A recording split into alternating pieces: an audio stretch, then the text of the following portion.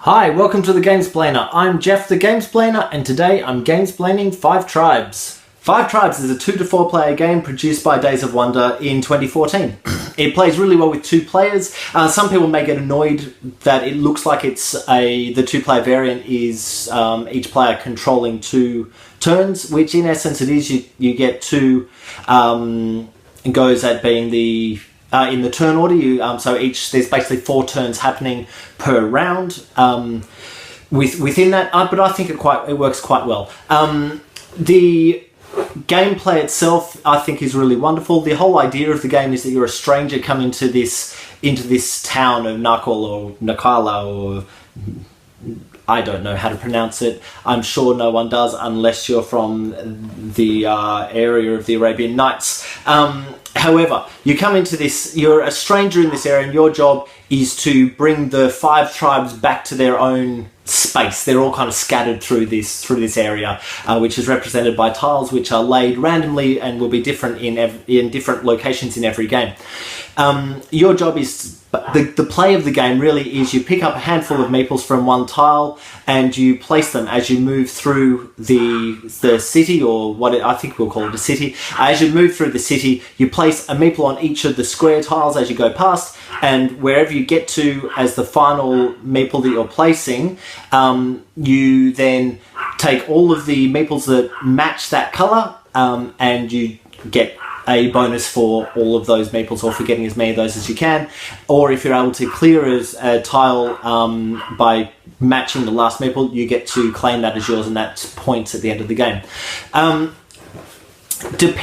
There are a couple of other things that come up, and really is a bit of a point salad at the end of the game to work out who's won. But there's a couple of issues I found in one game in particular. There's these things called djinns. They're cards that come as bonuses that you can purchase as one of the things you can do in the game.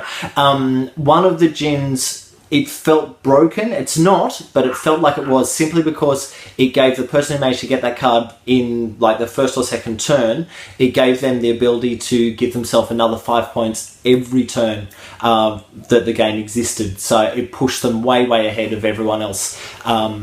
So it's you know, some people might look at that and go, oh, that's just some really good gameplay, you've got to work hard to get against it.